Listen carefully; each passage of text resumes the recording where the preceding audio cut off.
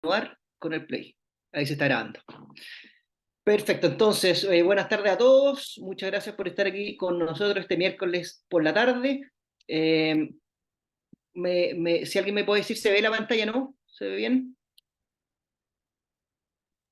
Sí, está perfecto. Perfecto, ok.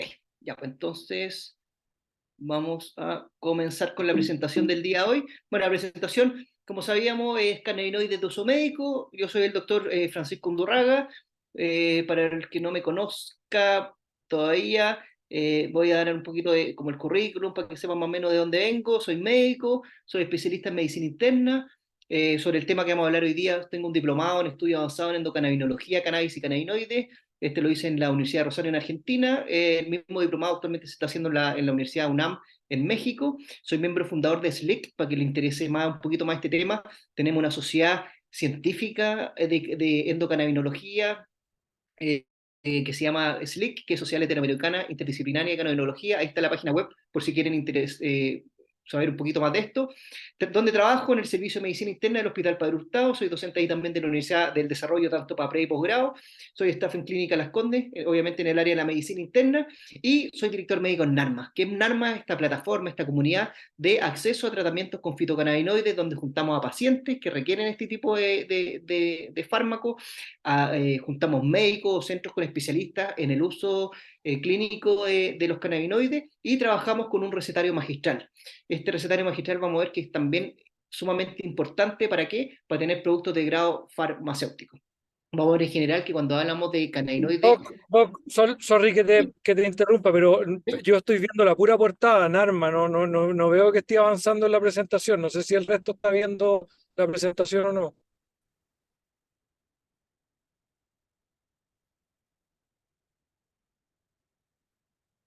ahí alguien que nos pueda decir. Sí. A mí me aparece la página, la primera, Narma, tu nueva farma. No Mira, veo qué pasa. estoy moviendo las diapos. No se mueve. Espérame, déjame ver a ver qué puede estar pasando. Su función de compartir las pantallas está en pausa, me sale. Reanudar función de compartir. Ahí puede ser. Perdón, ahí. Ahí sí, ahí Ahí está hacemos. perfecto. Perdón, ya.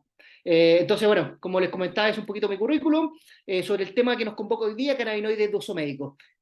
¿Por qué es importante esta diapositiva? Porque finalmente a su lado izquierdo, ¿no es cierto?, lo que se cree que es, y que vemos ahí lo que sería un paciente, quizás con lo que sería la planta de cannabis, versus lo que en verdad es, y que finalmente lo que les comentaba en la diapo anterior, que es lo importante que este tratamiento sea bajo supervisión médica, odontológica, veterinaria, en caso de uso veterinario, pero que sea supervisada por algún profesional de la salud y que sea con productos farmacéuticos. ¿Por qué un producto farmacéutico? Porque finalmente sabemos lo que tiene el producto. Vamos a ver un poquito más adelante todo el problema que hay con los etiquetados en cuanto a los distintos productos artesanales o las contaminaciones que pueden tener a través de metales pesados, microbiología. Entonces, básicamente, para hacer un uso seguro y de calidad, deberíamos usar el tema, obviamente, derivado de un producto farmacéutico. Ahora, cuando uno habla de cannabis medicinal, efectivamente uno habla de distintos usos de la planta de cannabis, digamos, desde la planta completa, efectivamente, para el uso vía inhalado, vía vaporización, podríamos decir, uso comestible, digamos, a través de los alimentos.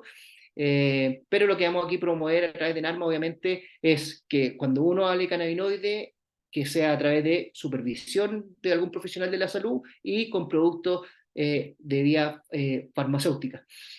Si vamos a un poquito a la situación actual del cannabis medicinal en Chile, hay que decir que el cannabis medicinal es legal en Chile, ya desde el 1 de julio del 2015, ya el Instituto de Salud Pública autorizó el uso del cannabis y sus derivados para fines de investigación científica o clínica y en tratamientos médicos, así que el Estado de Chile finalmente a través de distintos decretos legalizó el tema. Están así que el 2017, como vemos acá, se legalizó se ingresó, digamos, y se registró este medicamento de un laboratorio inglés que se llama Sativex. Sativex es un fármaco derivado de la planta de cannabis, ya es un fitofármaco, podríamos decir, y que se compone más o menos uno a uno entre moléculas de THC o tetrahidrocannabinol y CBD o cannabidiol.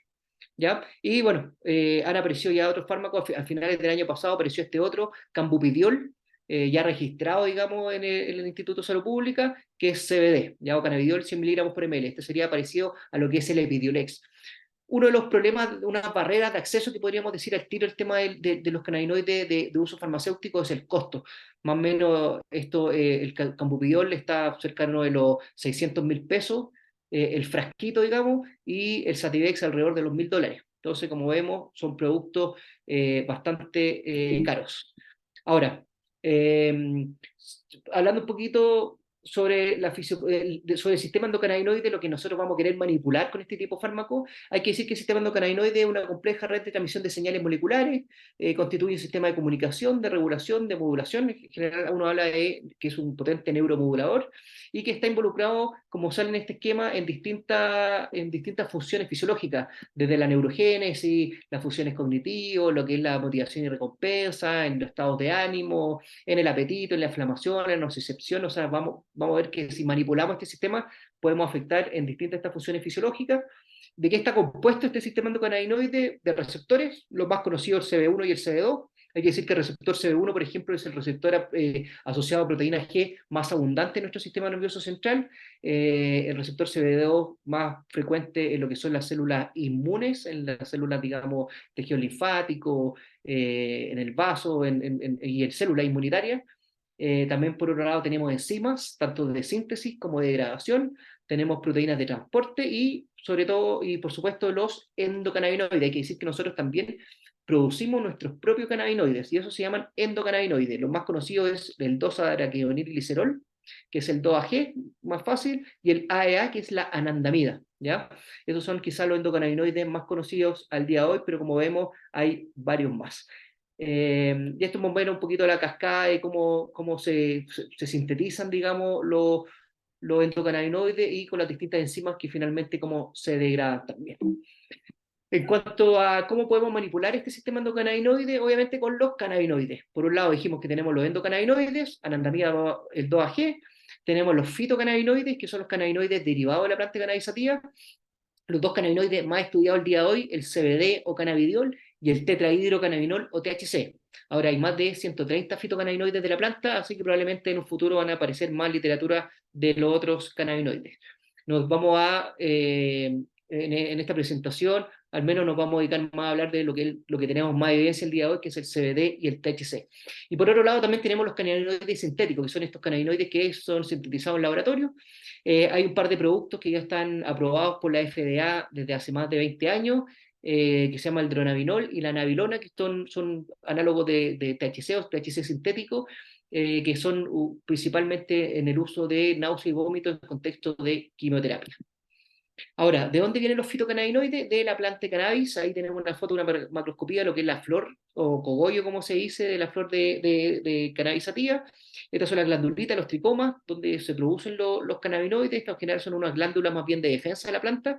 Y como vemos acá en este esquema, la planta de cannabis es mucho más que fitocannabinoides. Esas son las cosas importantes. Cuando uno habla de la planta completa, tiene terpenos, tiene terpenoides, tiene compuestos fenólicos como los flavonoides, tienen proteínas, ácido graso y fitocannabinoides. Como vemos, más de 100 fitocannabinoides. Así que quede claro que la planta de cannabis es mucho más que fitocannabinoides. Ahora, ¿cómo modulan el sistema endocannabinoide los fitocannabinoides? En este caso, la molécula del THC. Este es un ejemplo de esta de la clínica Mayo, donde tendríamos una neurona presináptica, espacio sináptico, neurona posináptica, habría el estímulo, se secretarían estos endocannabinoides y una de las cosas que tienen en particular los endocannabinoides es que actúan a nivel de la neurona presináptica, van directamente a actuar, por ejemplo, a nivel del receptor C1.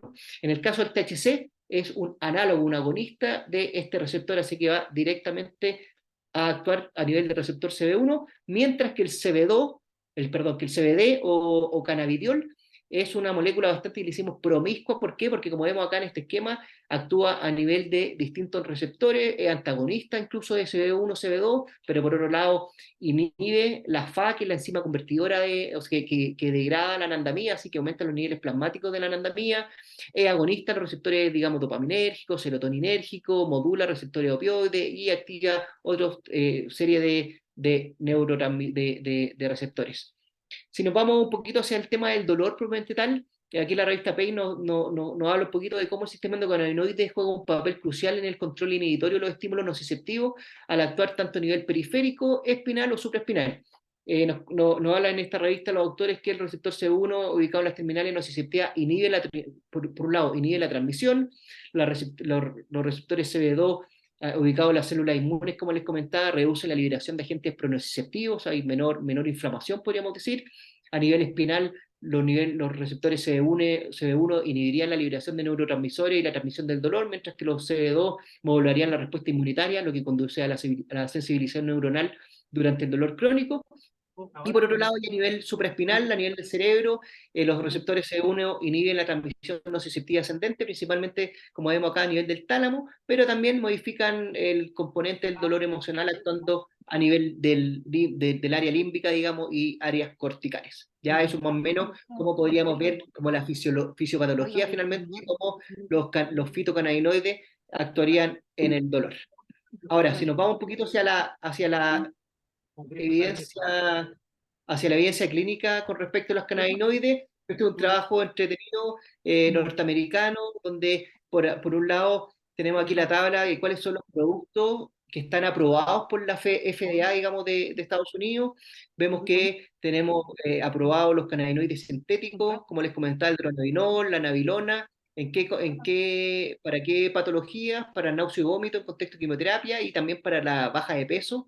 Eh, Así que esos cannabinoides sintéticos están aprobados para esas indicaciones, mientras que fitocannabinoides, como por ejemplo el Epidiolex, que sería CBD, está aprobado para lo que es la epilepsia refractaria, los síndromes como el Lennox-Gastaut, el síndrome de Dravet y la esclerosis tuberosa en mayores de un año, y el Nabiximol, que sería como el Sativex, que es una molécula de fitocannabinoide 1 a 1 entre THC y CBD, estaría aprobado tanto para la espasticidad y la esclerosis múltiple, como también para el dolor tipo neuropático o el dolor asociado al cáncer.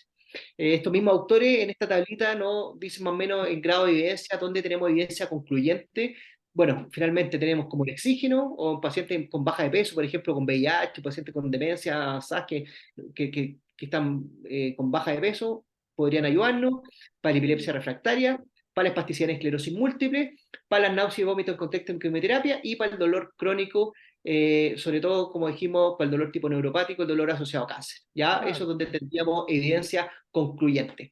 Donde también tenemos evidencia, no tan concluyente, pero que hay una evidencia moderada sobre un beneficio en la patología de Alzheimer, en la enfermedad de Alzheimer, por ejemplo, para el tema de las comorbilidades, sobre todo, por ejemplo, los trastornos del sueño, o en el tema del dolor mismo, o para los trastornos de comportamiento que pueden tener estos pacientes, nos podrían ayudar los cannabinoides, para la fibromialgia, para la migraña, para el síndrome de Tourette, evidencia limitada en trastornos del espectro autista, en enfermedad de Parkinson, y bueno, como vemos acá, incluso algunos con evidencia, digamos, limitada y que incluso de daño, por ejemplo, en la depresión. Así que como dijimos en un comienzo, los cannabinoides tienen indicaciones, pero también tienen algunas contraindicaciones, como vamos a ver un poquito más adelante. Sobre algunos trabajos, algunos papers, algo de literatura, podemos ver que este es un trabajo del JAMA del ¿No es 2000. difícil para ti el proceso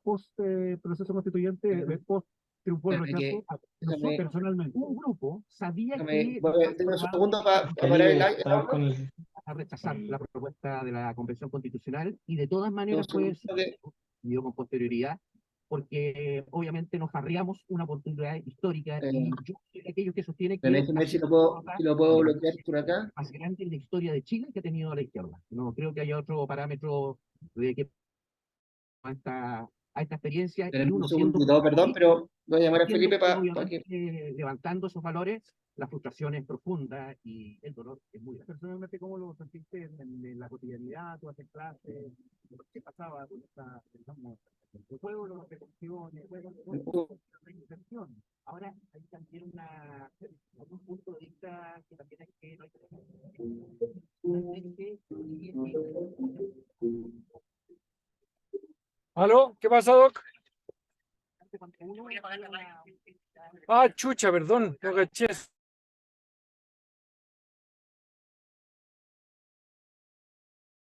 Perdón, ahí sí, ahí sí.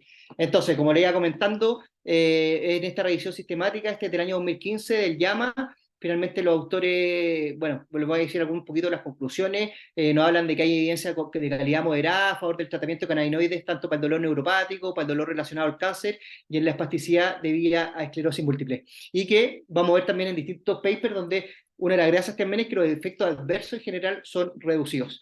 Este es un trabajo del año pasado, perdón, es de este año, no, del año pasado, del Annals of Internal Medicine sobre productos basados en cannabis para el dolor crónico. En este caso, lo que nos hablan los autores de que la evidencia más fuerte hasta la fecha son para productos sintéticos con proporciones similares, o sea, perdón, altas de THC sobre CBD o con extractos, digamos, cannabinoides que derivan de la planta de cannabis, comparables en el fondo el ratio 1:1 entre THC y CBD, que serían los que mostraron mejoría en la severidad del dolor.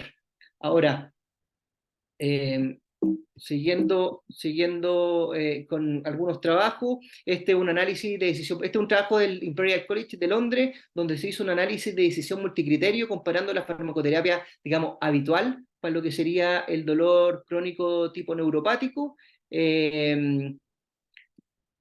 y finalmente lo compararon con los clásicos fármacos, digamos, podemos duloxetina, gabapentinoide, amitriptilina, tramadol, ibuprofeno, metadona, oxicodona, morfina y fentanil, y lo evaluaron en distintos beneficios, digamos, y seguridad en, por ejemplo, en lo que sería el alivio del dolor, en calidad de vida, en algún tipo de trastorno cognitivo, en lo que es constipación, síntomas respiratorios, síntomas digestivos, dependencia. Bueno, evaluaron distintas variables y finalmente lo que concluyen estos autores es que el perfil de beneficio-seguridad más alto era para los cannabinoides, que incluso mostraron y contribuyeron a mejorar la calidad de vida de los pacientes y a tener finalmente un perfil de efecto más positivo.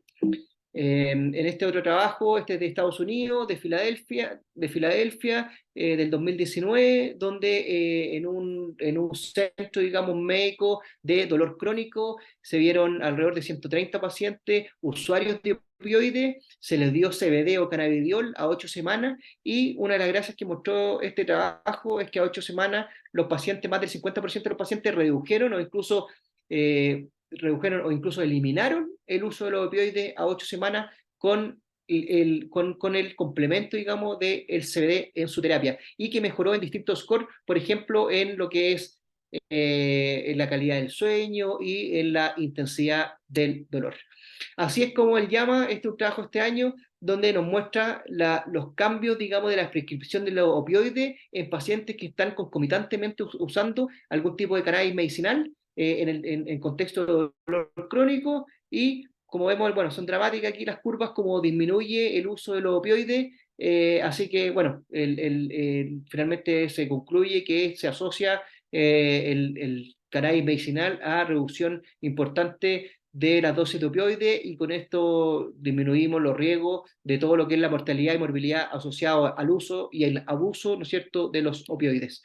Es así como ya existen algunas guías clínicas de cómo ir titulando opioides en contexto de cuando un paciente que no alcanza los objetivos a pesar de las intervenciones, digamos, o que experimentan efectos adversos con los opioides, o que tienen factores de riesgo relacionados con el uso y abuso de los opioides, pensemos en que podría ser algún candidato para usar este tipo de fármaco de los cannabinoides. Bueno, yéndonos para otros temitas, bueno, también se ha visto que disminuye la neuropatía periférica inducida por quimioterapia, ¿ya? Así que hay estudios al respecto, cómo al asociar CBD a la terapia, a la quimioterapia, bajaríamos, digamos, algunas de las complicaciones. Aquí, para mostrarles que existen ya guías clínicas, que ya los cannabinoides están dentro de su flujograma. Esta es la guía de la Sociedad Canadiense del Dolor, del dolor tipo neuropático, que vemos los cannabinoides ya son tercera línea para el tratamiento de este tipo de dolor. Esta es una guía italiana sobre la fibromialgia, este review, donde, como vemos acá, también ya los cannabinoides están entre sus líneas de manejo. Así también como les quise traer este trabajo alemán de este año, en pacientes que se le agregó cannabis, en este caso THC, a pacientes con fibromialgia, a 120 pacientes, y vemos que en general en estos pacientes mejoró tanto parámetros como la intensidad del dolor, el ánimo, la calidad de vida, así que, y de forma significativa.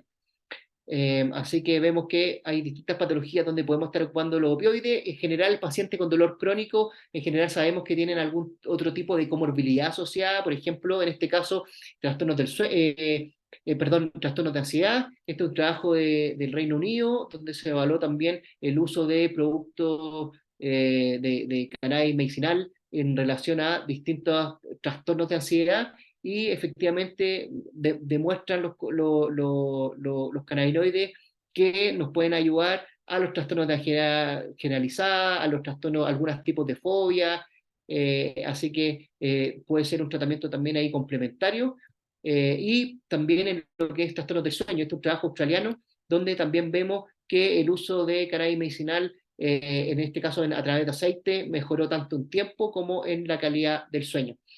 Este es uno de los fármacos que le he nombrado, el Epidiolex, que es cannabidiol 100 miligramos por ml, aprobado por la FDA ya para el 2018. Aquí uno de los trabajos con los que finalmente se aprobó, este de New England, del año 2017, donde finalmente se dio CBD a pacientes con este tipo de epilepsia refractaria. En general, un trabajo doble ciego, placebos controlados, bueno, con un trabajo, digamos, bien hecho, con grupos homogéneos, tanto para pacientes con cannabidiol o con placebo, y finalmente lo que vemos acá como dentro de los outcomes es que fue brutalmente cómo bajan las convulsiones en el grupo, digamos, que usa, en este caso, el CBD, y siendo los efectos adversos bastante reducidos.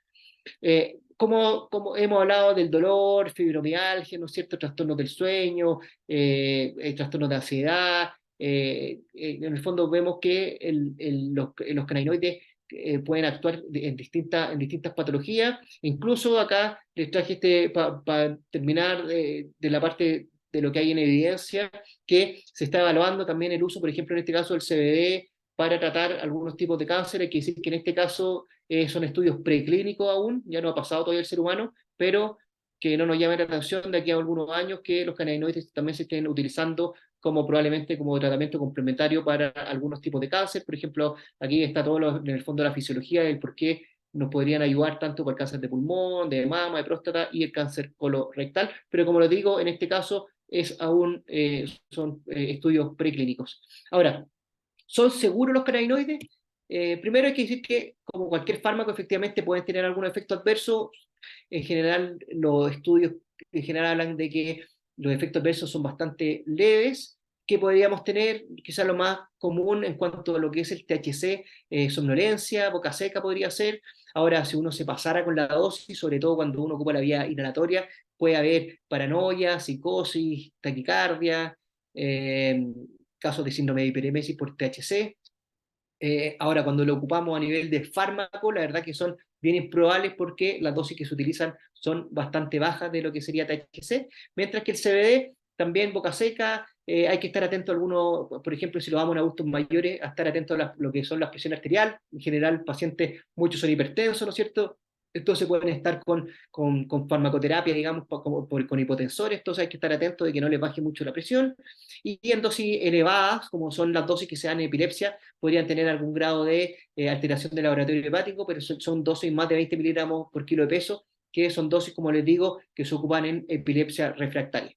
O sea, siempre sería importante también hacer algún tipo de encuesta, de score, como esta de acá, para los pacientes a los cuales les voy a indicar THC, para estar atento de que no pueda ser un paciente que haya usado y abusado de algún tipo de fármaco. Entonces, para que no hacerlo adicto, digamos, a otro tipo de terapia, hay que estar atento a eso. En este trabajo canadiense nos intentan dar un marco centrado en la seguridad para el inicio y la utilización de los cannabinoides, así que siempre la invitación es cómo iniciamos y titulamos la dosis. Primero, buscar las precauciones y las contraindicaciones. Como les decía, no es para todos.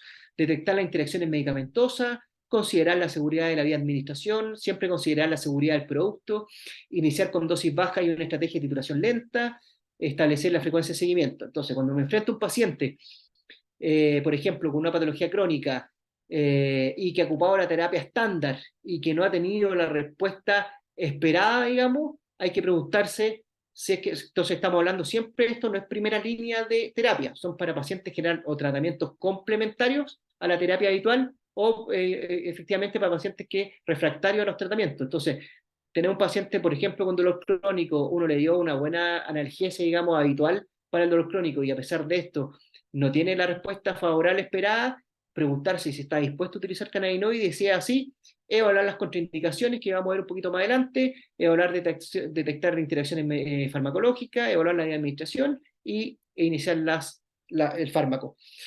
Contraindicaciones con respecto al THC o tetrahidrocannabinol, uno contraindicado en menores de 25 años. Ya en general necesitamos que el sistema nervioso central esté, digamos, ya desarrollado para evitar cualquier tipo de trastorno cognitivo o finalmente problemas con el tema de la motivación. Así que contraindicado en menores de 25 años. Obviamente quizás pueda haber un caso en particular, pero en general contraindicado en menores de 25 años. También contraindicado en el embarazo. Puede haber ahí algún tipo de problema en cuanto a la formación del embrión, en cuanto a la lactancia también. Bueno, finalmente sabemos que al día de hoy, con la evidencia que tenemos, podríamos tener algún tipo de restricción de crecimiento intrauterino. O sea, efectivamente, un paciente que está embarazado o que está con lactancia, deberíamos evitar este tipo de fármaco. Contraindicado también enfermedad cardiovascular inestable, tanto eléctrica, por ejemplo, una arritmia que no esté en tratamiento, o una patología isquémica, por ejemplo, una cardiopatía coronaria que no esté en tratamiento, contraindicado porque en el caso del THC puede aumentar el gasto cardíaco. Contraindicado también en la enfermedad psiquiátrica inestable o historia familiar de psicosis, ya atento ahí, tanto familiar o personal, estaría contraindicado. Estamos hablando todo esto del THC o tetrahidrocannabinol.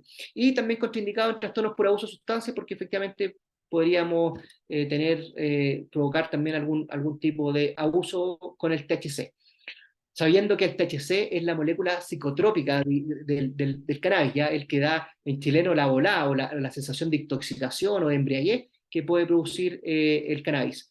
Ahora, sobre el CBD, la verdad que es una molécula bastante inocua. Hay que estar sí atento a alguna molestia como dolor abdominal, diarrea, y como les comentaba, podría haber algún tipo de elevación de enzima hepática e interacciones medicamentosas. Pero en general no se habla mucho de complicaciones muy graves con respecto del CBD. Ahora, interacciones medicamentosas, atento a, sobre todo con el ácido valproico y el clobazam, son los más descritos en la literatura, que son en general en pacientes con epilepsia refractaria, que están con 4 o 5 medicamentos, y aparte se le agrega el CBD en caso que lo requiera, y puede haber ahí algún tipo de interacción medicamentosa donde los pacientes finalmente pueden estar aún más somnolientos. Sobre la vía de administración, la que les vamos a recomendar es la vía oral, y la vía oral con productos, como les comentaba, farmacéuticos, ya donde sepamos, digamos, que 100 miligramos, que trae, si la botellita sale 100 miligramos por ml, que efectivamente sean 100 miligramos por ml, y que tengamos toda la seguridad de que es un producto de buena calidad. Ahora, existen otras vías, por ejemplo, uno puede vaporizar las flores del cannabis. Ahora, cuando uno vaporiza una flor, vaporiza los cannabinoides, pero también todo el resto que les comentaba, los terpenos, los termenoides, los flavonoides, y obviamente puede irritar lo que es la vía respiratoria. Así que quizás no es lo más recomendado. Quizás habría algún caso a caso, por ejemplo, en pacientes con migrañas, cuando tengan el auro, para quizás abortar esta migraña de forma rápida, quizás podría ocuparse o en algún tipo de dolor agudo sobre crónica.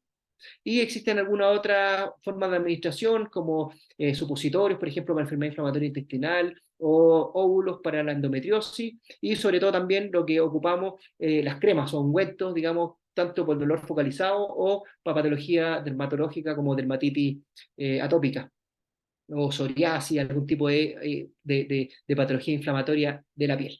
Pero nos quedamos finalmente, entonces, productos ojalá farmacéuticos y vía oral, y como les comentaba también la otra vía de administración que existen.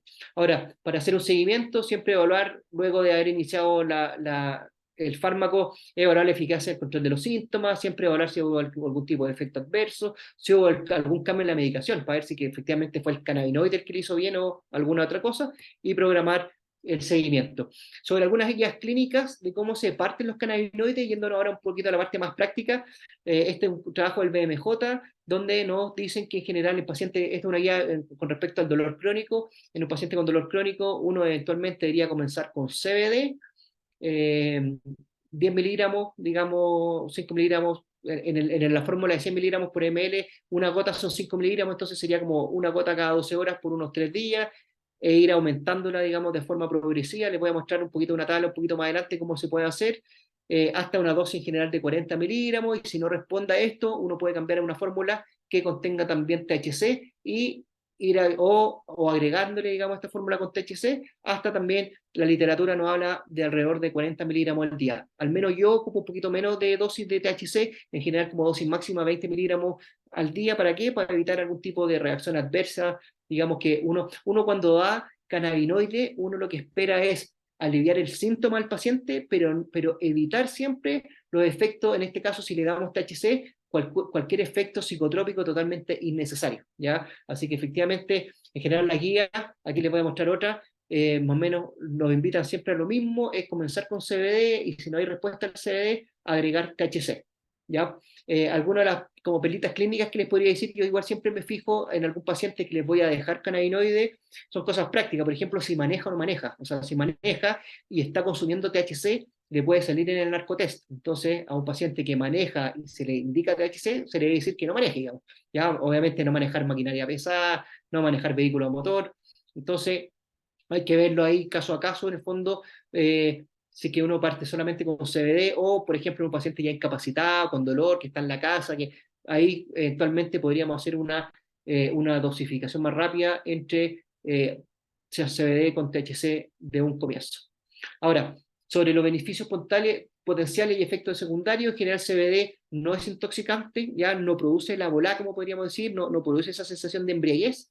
Tiene efectos neuroprotectores, como dijimos, anticonvulsivante, antioxidante, antipsicótico, antiinflamatorio, como vimos también antitumoral, y sin mayores efectos secundarios. Y el THC, podríamos, dentro de los beneficios, relajante, estimula el apetito, es buen analgésico, pero podemos tener algunos efectos secundarios como euforia, paranoia o ansiedad en caso de dosis de THC muy elevada, o efectivamente en el consumo, digamos, vaporizado o inhalatorio, digamos, de la planta.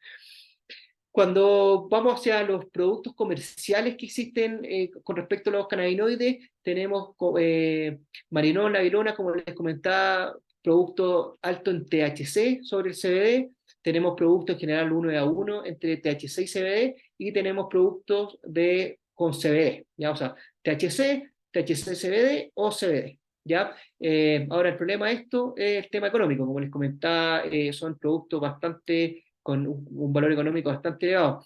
Ahora, si uno pone CBD en Chile, por ejemplo en Google, para ver productos y cosas, hay un listado inmenso de productos, pero ¿cuál es el problema de esto? Les traje a colación dos trabajos, este es un trabajo holandés y este es un trabajo del Llama, donde hablan de la precisión del etiquetado. La mayoría de todos estos productos que vemos artesanales, que se venden por las redes sociales, que se venden por Google, por distintos lados, vemos que hay un problema en etiquetado, la mayoría de estos productos no traen lo que dicen traer, o traen, por ejemplo, THC y dicen que no traen THC, o dicen que traen CBD y no traen CBD. Entonces, finalmente, ¿qué pasó? El ISP ya el año 2020 advierte sobre la comercialización de todos estos productos, y finalmente nos dicen que cualquier producto que declare estar compuesto por CBD y que actualmente no tenga un registro sanitario, corresponde a un producto farmacéutico falsificado, y no es posible garantizar a la población la calidad, seguridad y eficacia, por lo que ¿qué hace?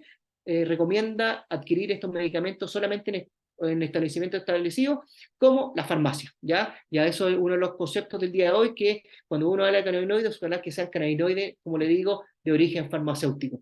Y ahí es donde aparece la solución NARMA, donde está asociado a este recetario magistral, en este caso RP Pharma, donde se producen estos productos de calidad y seguros, digamos, y con todos los permisos y certificaciones del Instituto de Salud Pública. Ahora, sobre la receta, no sé si alguno de ustedes estará familiarizado con el tema del recetario magistral. En el fondo, uno a través del recetario magistral, cualquier principio activo que ya esté registrado en Chile, uno puede hacer algún tipo de fármaco a través del recetario magistral, y como el 2017 les comentaba que se autorizó e ingresó este producto Sativex, con eso el THC y el CBD pudieron hacerse a través del recetario magistral.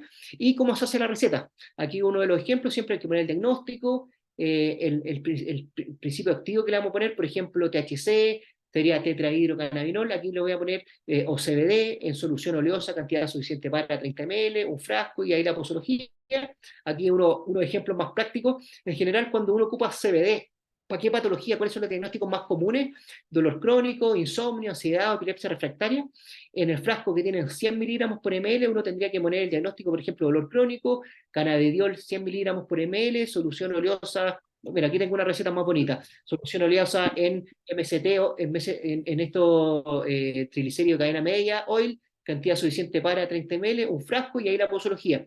En el frasco, que son 100 miligramos por ml, como les comentaba, una gota son 5 miligramos. Entonces, sabemos si estamos con una gota en la mañana y una gota en la noche, van a ser 10 miligramos en el día. Si ya tenemos una y dos, van a ser 15 miligramos, y así uno sube de forma progresiva hasta la menor dosis, como les comentaba, que el paciente siente efecto para que finalmente el frasquito le dure más tiempo y evitar los efectos adversos innecesarios.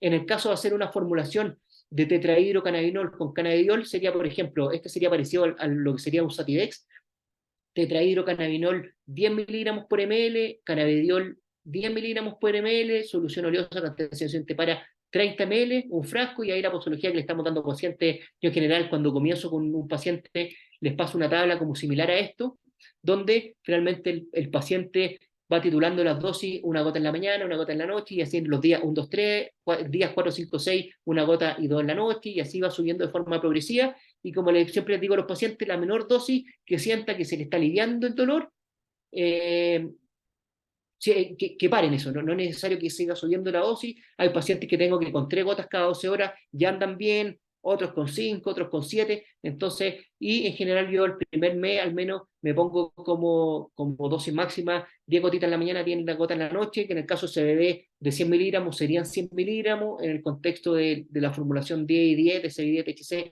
serían 10 miligramos de THC y 10 miligramos de CBD en esas dosis. Ahora, algunos mensajes finales para ir finalizando y ver si es que hay algún tipo de duda o algún comentario o quieren ver alguna cosa más práctica. El sistema endocannabinoide está altamente implicado en la modulación de varios procesos fisiológicos. Cuando los tratamientos convencionales no tienen la respuesta esperada, es posible considerar el uso de cannabinoides como herramienta adyuvante o complementaria. Como dijimos, esto no es primera línea de tratamiento en pacientes que en general no han respondido a la terapia habitual, o que efectivamente el paciente por principio, digamos, autonomía, quiere este tipo de fármaco, no quiero, pero hay que darle la chance al paciente siempre de darle, obviamente, el tratamiento más indicado. Importante siempre reconocer las diferencias entre el THC y el CBD.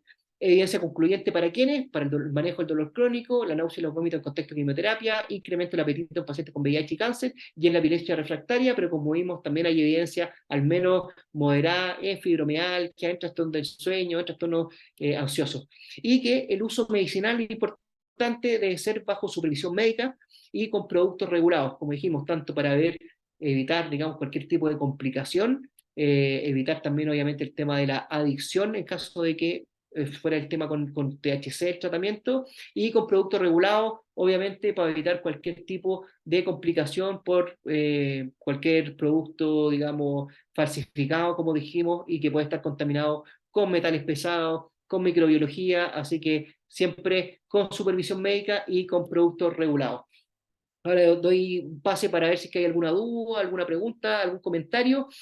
Ahora les dejo al tiro mis datos por si quieren que les mande directamente los trabajos que vimos o les gustaría algún material en particular. Tengo harta información, así que les puedo hacer llegar información al respecto. francisco@narma.cl es mi mail.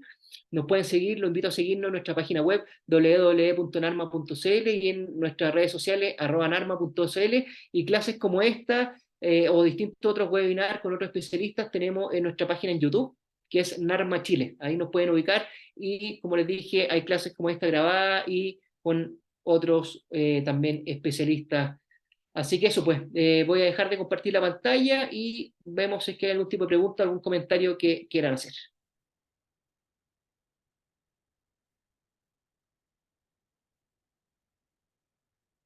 Yo tenía una pregunta, de hecho, la mandé por el chat, pero... Ya va, cuénteme. Considerando los opioides, que en un momento hablaste de los opioides y que una vez que esos fallan, ya podríamos como estar considerando usar una terapia más así. Para muchos de nuestros tratamientos como que los opioides no son primera línea y de hecho nos dicen como que evitemos los opioides por todo lo que obviamente sabemos que está pasando en el resto del mundo. sería muy, como muy complejo, muy contra alguna ley que decir como pasemos primero a los cannabinoides y de ahí recién entrar o sea, yo entiendo que hay menos evidencia y todo, pero hay más evidencia en contra que en pro de los opioides. Si es que un Súper buena cannabinoide... pregunta. Ya, súper buena pregunta. Efectivamente, a ver, ¿en qué, como comentaba en la presentación, en qué pacientes podríamos, mira, a ver, en un paciente ya crónico, con dolor crónico, mira, el ejemplo clásico, que ocupan algún tipo, no sé, pues duloxetina, están con pregabalina, están con tramal, y que efectivamente empiezan con algún tipo de efecto adverso secundario, o constipado, o con, no sé, pues que le dan náusea, no sé, algún tipo de efecto adverso. Pucha, efectivamente, los cannabinoides podemos hacer ahí el traslape entre los opioides y los cannabinoides. Ahora, y si uno va a las guías clínicas y al día de hoy, yo no te puedo decir que es primera línea de tratamiento. O sea, ahí estaría faltando un poquito lo que es la academia, en el fondo decir que no, para todos, probablemente falta tiempo. Hay que decir que los cannabinoides fueron muchos años, piensa que estuvieron eh, bloqueados, digamos, para hacer cualquier tipo de estudio científico desde los años 60. O sea, toda la experiencia y toda la evidencia que hubo con el respecto, porque sabemos que los cannabinoides y la planta de cannabis se ocupan hace más o menos 5.000 años en distintas culturas. A principios de 1900 habían distintos fármacos de cannabis, y después obviamente con temas bueno, hay todo un tema político que hubo. Finalmente se prohibió el tema del cannabis y sus derivados para el uso médico, y con eso perdimos años y años de estudio y de tener más evidencia. Recién, por ejemplo, más o menos el año 2018, 2019, es como vemos lo exponencial que ha sido la literatura, y que efectivamente es un tema que hay que estar revisando así día a día, que hay que estar en el fondo actualizándose en este tema, porque va apareciendo mucha información todos los días al respecto. Entonces, como para responder mejor tu pregunta, a ver, en general uno debería hacer la cala analgésica habitual. O sea, yo creo que las guías clínicas y las normas, digamos, que uno tiene en sus centros hospitalarios, esto, bueno, finalmente para eso están las normas y está la guía, uno debería seguirlas, pero obviamente también está el principio de autonomía del paciente, que finalmente o que no quiere los opioides por miedo, o porque efectivamente alguna vez los probó y sabemos que realmente le dan efectivamente efectos adversos. Yo creo que los cannabinoides, o sea, son legales en Chile para ocuparlos. O sea, no, por otro lado, si bien es cierto, no están las guías chilenas aún dentro de, pero se pueden ocupar, digamos. O sea, hay evidencia al respecto, y ya está los ingredientes, digamos, autorizados por el Instituto de Salud Pública para el uso, digamos, en distintas condiciones médicas. Así que básicamente eso, pues ahí la recomendación siempre es ojalá seguir tu norma, tu guía clínica, tu protocolo, digamos, en del lugar donde uno trabaja, pero no tener miedo, digamos, a un paciente que está... Mira, otro tema que uno ocupa de repente los cannabinoides mucho es para las pacientes que realmente están con una polifarmacia, como decíamos, paciente con dolor, que aparte duerme mal, que aparte está ansioso, y que finalmente entre dejarle lo analgésico, lo ansiolítico, lo hipnótico, quizás, pucha, hay una molécula, como en este caso los cannabinoides, que nos pueden ayudar a este tratamiento de las comorbilidades. Por ejemplo, un paciente, hace poco presenté en un centro neurológico, hablamos sobre todo el tema del Parkinson, y si bien es cierto, los cannabinoides en cuanto al Parkinson ha ayudado en algo en el tema motor, donde hay más evidencia es en las comorbilidades del Parkinson, como el tema de los trastornos del sueño, en la ansiedad que le provocan los pacientes y en el dolor que también pueden llegar a tener los pacientes. Entonces, básicamente, los cannabinoides de repente es esta molécula que nos puede ayudar un poquito a tratar como de forma integral, pero con una base de tratamiento, digamos, habitual, digamos. O sea, yo creo que siempre intentar escalera analgésica clásica en cuanto al dolor, pero si tenemos mayores comorbilidades, pensar que quizás los cannabinoides nos pueden ayudar a tratar al paciente de una forma un poquito más integral Ya, y perfecto. evitar la polifarmacia. ¿Y has visto como en tu práctica, por lo menos, alguna como reacción distinta, quizás como una resistencia, o que hay que darle más dosis o menos dosis? A ver, Quizás? mira, en general, mira, nunca, pucha, toco madera, pero nunca he tenido algún problema con algún paciente. Ya en general, a ver, pucha, hay algunas series de pacientes que uno le deja los cannabinoides y no vuelven, entonces ahí no sé si será porque no lo compraron, no sé ahí qué pasó con ese tipo de pacientes, pero todos los que vuelven, en general, y los que se controlan al mes, yo en general digo, ya, controlan al mes, evaluemos cómo andamos, vemos si hay que ajustar dosis, si hay que cambiamos la fórmula, y en general anda, bueno, en mi experiencia ha sido bastante buena, digamos, en general, ¿qué me dicen los pacientes? En general, tres cosas. Uno, le alivia el dolor. Dos, le mejora el sueño. Yo creo que una de las características que más te nombran los pacientes. O sea, mejora efectivamente lo que es tiempo y calidad del sueño. Y lo otro, bueno, en general le ayuda como el bienestar en general. Sí, esa es la cuestión, como que general, un tipo de ejemplo es el paciente que dice, pucha, me duele menos, pero ya no me duele vivir. En el fondo ya como que los pacientes como que les permite realmente el cannabinoide sacar un poquito de esa, no sé, lo ayuda, como le digo, en el tema del bienestar o en la calidad de vida en general. Claro. Eso en general yo te podría decir lo que más me cuentan los pacientes, digamos, al control. Y con pacientes que ocupan como el cannabis de uso recreacional, que me imagino que te tienen que tocar, ¿hay visto como la diferencia entre las dosis que necesitan o el efecto que les hace, si les ayuda o no les ayuda pasar a uno más medicinal? En general, mira, uno de los conceptos quizás es bueno cambiar un poquito el tema del cannabis recreacional, cambiarlo por uso adulto. Te invito ahí a cambiar de repente esa. ¿Por qué? Porque de repente cuando uno habla de cannabis recreacional, siempre lo asocia de que en el fondo, no sé, pues me fumo un porro y voy a un carrete. Pero hay mucha gente que ocupa el cannabis de forma espiritual, de forma, digamos, Totalmente, sí, creativa. sí, estoy de Entonces, acuerdo con eso. eso. Incluye- Entonces ahí hay un concepto bueno quizás de que realmente se usa, o sea, el que más se ocupa y se escucha siempre el cannabis recreacional. Pero en general deberíamos cambiar a cannabis de uso adulto, porque como te digo, gente no solo lo ocupa para la parte recreacional, sino que también como espiritual o como Sí. te digo, terapéutico, o bueno, como uno quiera, ¿ya? Ahora, pucha, yo no veo pacientes no les receto, yo la verdad que quizá un seco mío, pero recetarle una planta a alguien, la verdad que no le encuentro Bueno, o sea, mucho como sentido. un paciente que llegue contigo, que ya ha ocupado cannabis, no sé, por varios años como adulto, eh, versus un paciente que llegue contigo y sea la primera vez que está probando cannabis ya a nivel medicinal. Si un Hay paciente crónico y ha usado, efectivamente uno podría tener un poquito menos de miedo a ocupar THC, por ejemplo, porque probablemente ya ha tenido contacto. Y como te digo, igual cuando uno da THC dentro de la formulación, uno no busca la sensación psicotrópica, o sea, sería como un efecto adverso si el paciente se vuela en el fondo. Uno en las general, dosis que te toca dar como... dosis 2,5 miligramos de THC, 5, 10 miligramos, 15, como te digo, a lo más, yo dejo 20. La literatura en general te apoya que hasta 40 miligramos de THC uno podría dar, pero eso ya en general, ya con esas dosis ya puede producir algo de efectos, digamos, psicoactivos como innecesarios, podríamos decir.